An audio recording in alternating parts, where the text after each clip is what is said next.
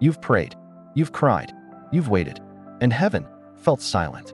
Have you ever felt that way? Like your voice is just echoing back, unanswered? Jesus once told a story about a woman who faced that exact same silence, but she refused to walk away. And her persistence moved the unmovable. There are moments when faith doesn't feel like a blazing fire. It feels like wrestling in the dark. When prayer doesn't feel powerful, it feels painful. When you see injustice all around you, and it seems like justice is delayed forever. And yet, Jesus told us exactly what to do in those moments. In Luke chapter 18, he shared a story, not for the powerful or the theologians, but for the weary, for those who pray and wait, and still somehow find a way to believe. This is the story of the persistent widow, a story about a faith that refuses to quit. This story is for every parent praying for a child who has lost their way. It's for every leader holding on to their integrity when corruption seems to pay off faster. It's for every young person who looks up at the sky and wonders, God, do you even hear me anymore? Jesus shared this parable for one simple reason, so that we would always pray and never, ever give up. Picture this, a dusty little town, forgotten by the powerful and ignored by the rich. In this town lived a widow. Her husband was gone, her protection gone, her inheritance stolen by someone stronger, someone with more power. In ancient Israel, widows had almost no legal standing. Without a husband or a son, they couldn't testify in court, own property, or easily defend their rights. They were the voiceless, the ones society easily forgot. But this widow refused to be forgotten. Every morning, she wrapped her shawl around her shoulders and walked through the crowded streets to the courthouse.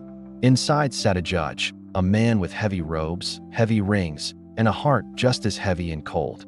The scripture says he neither feared God nor respected people. He was one of those judges under Roman rule who were often corrupt, politically motivated, and driven by bribes. This widow couldn't buy his favor. To him, she was invisible, just another problem in a long list of daily complaints. But she refused to disappear. Day after day, she came. "Your Honor," she'd say, her voice steady, "grant me justice against my adversary." And every single day, he'd wave her away. "Not today, woman.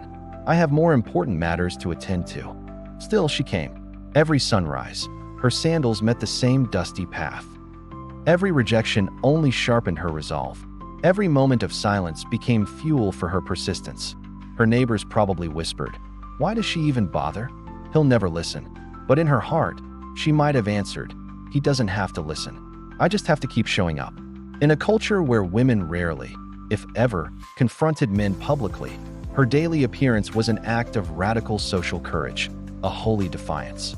One night, long after the courthouse had closed, the judge sat alone.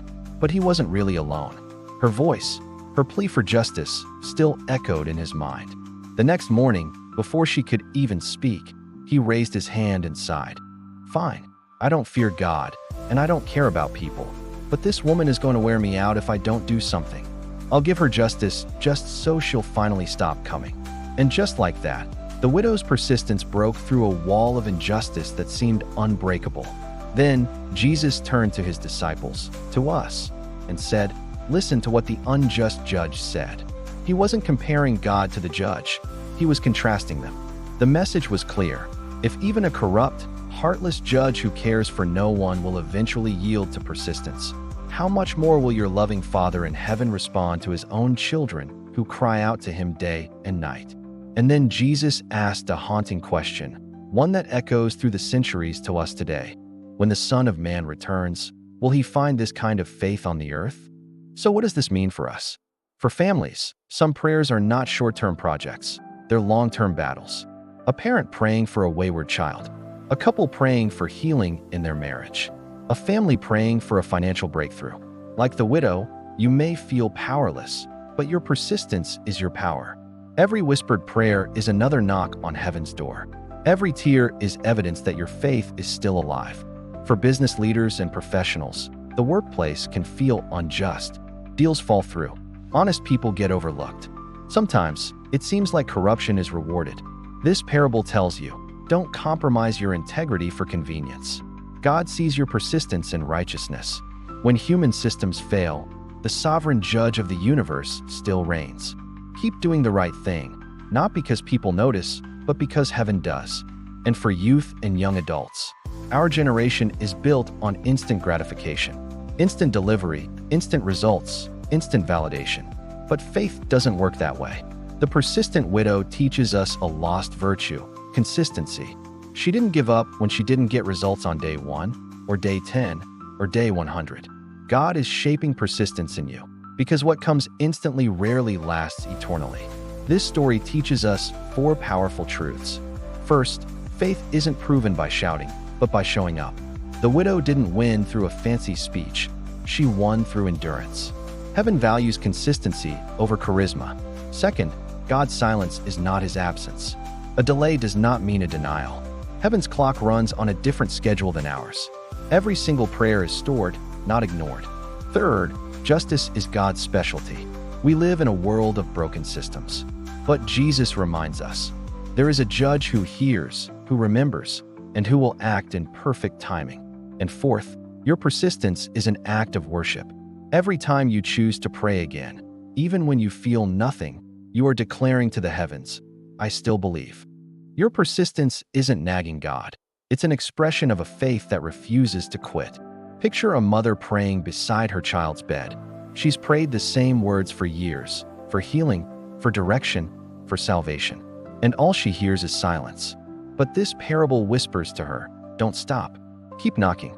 Picture a young man who's been applying for jobs, facing rejection after rejection.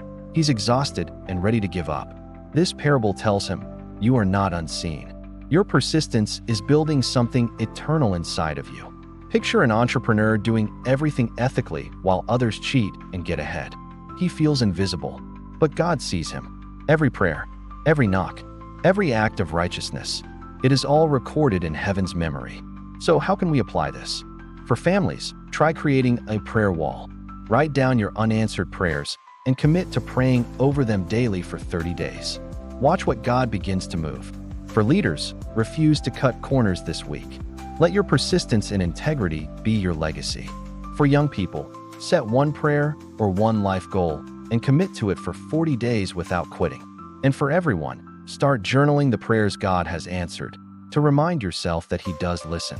Faith is not just believing that God can. It's believing long enough to see that he will. The persistent widow had no power, no position, and no privilege. She only had persistence, and it was enough to move an unjust judge.